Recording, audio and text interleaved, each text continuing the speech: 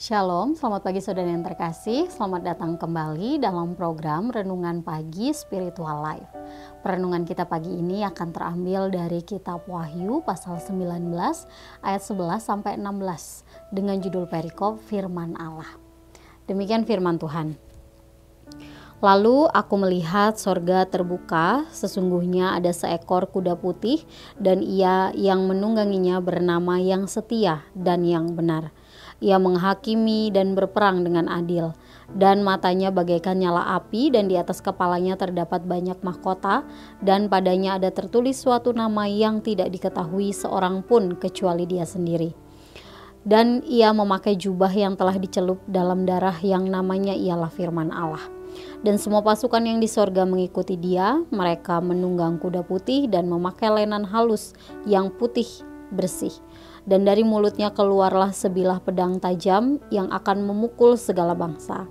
Dan ia akan menggembalakan mereka dengan gada besi, dan ia akan memeras anggur dalam kilangan anggur, yaitu kegeraman murka Allah yang maha kuasa. Dan pada jubahnya dan pahanya tertulis suatu nama, yaitu Raja segala raja dan Tuan di atas segala tuan. Saudara yang terkasih, dalam perikop yang baru saja kita baca, di sini Rasul Yohanes mendapatkan penglihatan bahwa surga terbuka. Setelah itu kehadiran Kristus digambarkan sebagai sosok panglima perang yang menunggang kuda putih. Dia berkuasa, adil dan benar dalam segala perbuatannya. Dia sanggup melihat dengan detil semua kekuatan musuh-musuhnya dan berkuasa untuk mengalahkan mereka. Nah, di sini Kristus telah kembali dari medan pertempuran dengan membawa kemenangan. Hal ini dilambangkan dengan mahkota di atas kepalanya sebagai simbol kemuliaan. Dia datang dengan diiringi oleh para tentara, perwira, wali negeri, tawanan, dan jajahan perang yang semuanya bersukacita karena damai kemudian telah hadir di bumi. Saudara yang terkasih, pesan yang ingin disampaikan oleh Rasul Yohanes kepada jemaat yang saat itu sedang teraniaya adalah bahwa Kristus pasti akan datang kedua kalinya kelak. Ia akan datang untuk membebaskan orang-orang percaya yang setia kepada Allah.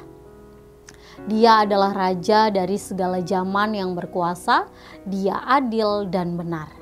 Dia bukan hanya berkuasa untuk mengalahkan kejahatan, orang-orang yang memberontak terhadap Allah dan kuasa iblis, namun dia juga akan melenyapkan penderitaan dan menghadirkan damai di bumi.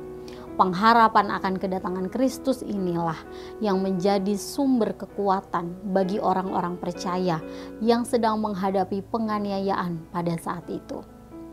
Saudara yang terkasih, pesan yang disampaikan oleh Rasul Yohanes dalam perikop ini juga masih berlaku bagi kita sekarang.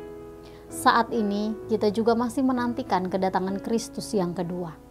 Kelak dia akan datang sebagai Raja yang berkuasa, adil dan benar. Dia akan menghadirkan damai sejahtera bagi orang-orang yang setia kepada Allah. Meskipun mungkin saat ini kita tidak mengetahui dengan pasti kapan waktu kedatangannya, tapi saudara, mari kita tetap percaya dan terus menjaga hidup kita agar berkenan di hadapan Allah. Saudara, mari kita mengambil waktu sejenak untuk merenungkan firman Tuhan yang baru saja kita dengar. Saudara-saudara yang terkasih, di tengah pergumulan hidup yang tengah kita hadapi saat ini, pernahkah saudara merasa ragu tentang kedatangan Kristus yang kedua? Jika iya, maka mari datang kepada Allah dan meminta anugerahnya, sehingga saudara tetap percaya bahwa Kristus pasti akan datang kembali.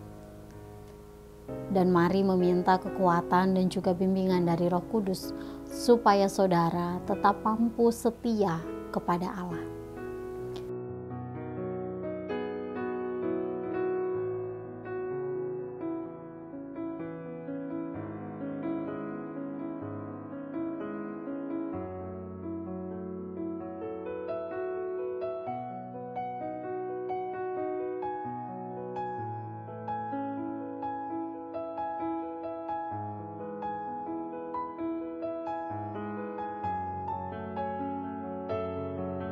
Demikian renungan kita hari ini.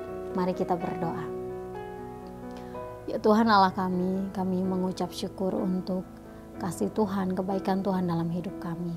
Terima kasih untuk satu hari yang baru yang Tuhan izinkan untuk kami jalani hari ini. Tuhan, kami juga bersyukur untuk kebenaran firman-Mu yang kembali mengingatkan kepada kami bahwa janji-Mu itu tidak pernah berubah. Bahwa kelak Engkau akan datang untuk yang kedua kali. Dan kami orang-orang yang setia kepada Engkau Tuhan akan beroleh hidup yang kekal, hidup yang damai bersama-sama dengan Engkau.